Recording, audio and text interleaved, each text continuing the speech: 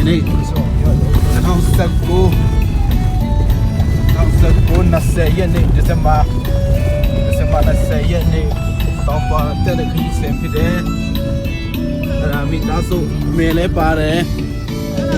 အမအကြီးဆုံးလည်းပါတယ်မိသားစုအားလုံးပျော်ရွှင်စွာနဲ့ဒီ2020ကို2020ခရစ်စမတ်ကို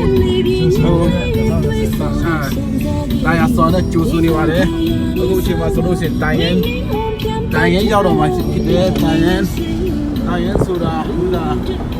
အခါနဲ့ဒီလမ်းခွေဖြစ်တယ်ဒီမှာတိုင်ရင်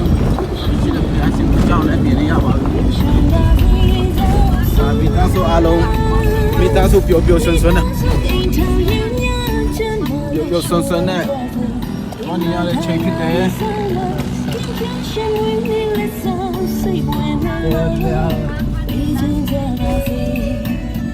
ဒါတိုင်ရင်ကြောက်နေပါပြီ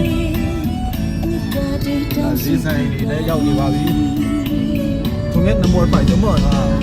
ခဏနေကြဆိုလို့ချင်းစုတောင်းတော့တော့မှဖြစ်တယ်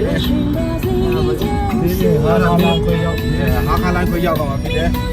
ဒါဟာခါနဲ့တိလာခွေရောက်တော့မှဖြစ်တယ်ဒါတိုင်ရင်ဆလိုရီဝင်ဖြစ်တယ်ဒါတင်ကတော့ကျွန်တော်ထက်ပူနေနေပါလေ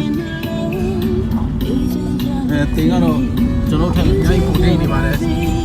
အခုရှိသားလေးဆိုလို့ရှိရင်လာခွေရောက်တော့မှဖြစ်တယ်လာခွေရောက်တော့မှဖြစ်တယ်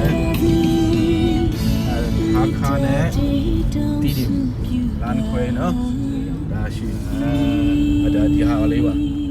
တီးတယ်နဲ့အခါလမ်းခွဲဆိုတာအဲ့ဒါလေးပါဒါအခါတော့လမ်းဒီဘက်ကျတော့တီးတယ်တော့လမ်းတီးတယ်ဖြစ်နေ25မိုင်ဝေးနေပါလေကိုကဒီဘက်ကပတ်နေတော့အဖြစ်တယ်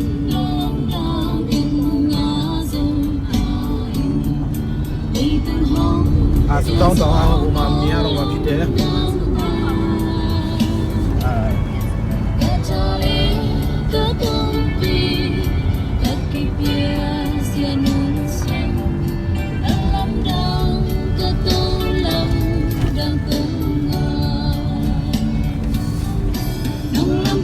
တင်ကြောက်ကျွန်တော်အများကြီးဝင်နေတော့ပါပြီ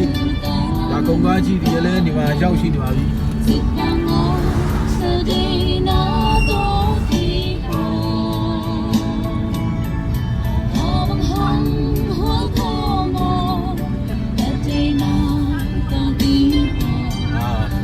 လောလောဆယ်ဒီ TV ပဲရိုက်တော့မယ်